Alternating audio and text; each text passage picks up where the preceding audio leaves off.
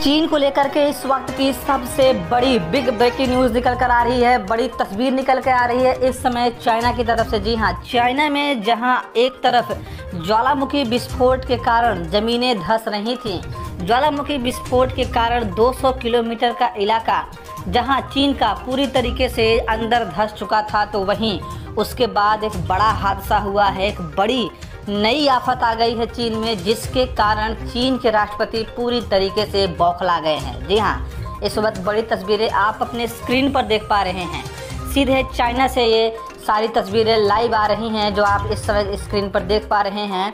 आपको बता दें कि चाइना में नई आफत आने के कारण चाइना का जो संसद भवन है, जी हाँ, हर देश में संसद भवन होता है, तो वैसे ही चाइना का जो संसद भवन है, जहाँ पर सभी सांसद बैठते हैं, जहाँ पर राष्ट्रपति बैठते हैं, जहाँ पर कानून बनता है, वो संसद पूरी तरीके से ज़मीन में धंस चुका है। बड़ी खबर, बड़ी अपडेट, बिग पिक्चर निकल कर आ रही है चाइना की। इस वक्त आप देख पा रहे होंगे अपने स्क्रीन पर कि संसद, जी हाँ, चाइना का संसद कैसे धराशायी हो रहा है। ऐसा लग रहा है कि जैसे मानो ये कोई संसद बना नहीं था, बल्कि ये कोई कागज़ का संसद था। जी हाँ, बड़ी तस्वीरें, चाइना में तबाही का मंजर इस वक्त छाया हुआ है। आपको पता होगा कि चाइना में पिछले एक सप्ताह से डैम टूटने की वजह से भयंकर बाढ़ और उस बाढ़ की वजह से भयंकर भूकंप के झटके आ रहे थे। तभी भूकंप के झटकों की वजह से जगह जगह धरती फटने की खबर आई, और जब धरती फटने लगता है तो आपको पता है कि ज़मीनें धंसने लगती हैं।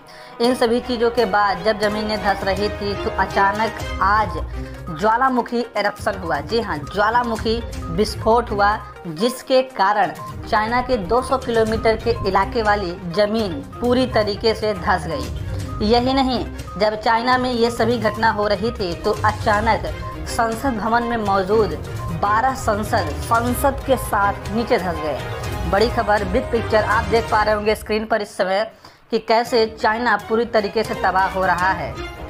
आपको बता दें कि जो संसद चाइना का ज़मीन के अंदर धंसा है, वह संसद महज 2 फुट दिखाई दे रहा है।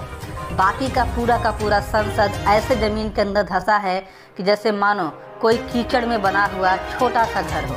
आपको बता दें कि उस संसद के धंसने के बाद चाइना में मौजूद सभी लोग अब यह समझ गए हैं कि चाइना में बहुत ही भयंकर विस्फोट हो सकता है, क्योंकि चाइना अपने यहाँ के मीडिया को किसी भी प्रकार के वीडियो नहीं दिखाने दे रहा था।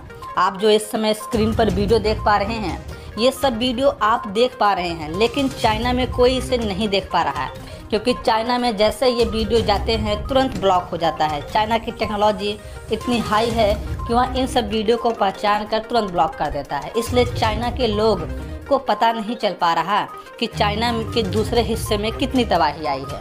अब जब चाइना का संसद ज़मीन में धंस गया तो वहाँ के राष्ट्रपति इस बात को छुपा नहीं पाए, और पूरे चाइना के मीडिया में यह बात फैल गई, और उसके फैलने के बाद पूरे चाइना के लोग अब डरे हुए हैं। जैसा कि आप स्क्रीन पर देख पा रहे हैं, इन सभी तबाही को लेकर के चाइना में जो इन सब तस्वीरों को आप देख पा रहे हैं, अब इसके कुछ भाग चाइना में भी पहुंच गए हैं। आपको जानकर बेहद हैरानी होगी कि चाइना में जो संसद भवन धंसा है, उसकी वजह से अब इंश्योरेंस कंपनियों के ऊपर बहुत ही बड़ी बवाल आ चुकी है, क्योंकि जिस संस्था ने, मतलब कि जिस इंजीनियर ने इस संसद भवन को तैयार किया था, अब उसे पकड़ने के लिए बीजिंग से पुलिस चल चुकी है। लेकिन आपको जानकर हैरानी होगी कि वह निकलकर भाग चुका है और अब अमेरिका में शरण ले चुका है। जिसने संसद बनाया था, उस इंजीनियर ने चाइना की बहुत ही बड़ी पोल खोली है, जिसे सुन करके आपके भी पसीने छूट जाएंगे। आपको बता दें कि उस इंजीनियर ने बताया है कि चाइना में जो इस समय सारी तबाही आ रही है, जो आप सब ये देख पा रहे हैं, उसके 2 महत्वपूर्ण कारण हैं। पहला महत्वपूर्ण कारण ये है कि चाइना हमेशा से अपने वैज्ञानिकों को ये इंस्ट्रक्शन देता है कि कोई भी बिल्डिंग बनाने के लिए, कोई भी भवन बनाने के लिए, यहाँ तक कि संसद भवन को भी बनाने के लिए आप कभी भी फाउंडेशन का निर्माण नहीं करेंगे। मतलब कि एक घर को बनाने के लिए जो नींव बनती है, जो सबसे मजबूत हिस्सा होता है, उसको चाइना में नहीं बनाया जाता। उसकी जगह पर स्प्रिंग लगा दिया जाता है और उसी पर पूरा संसद भवन टिका हुआ था।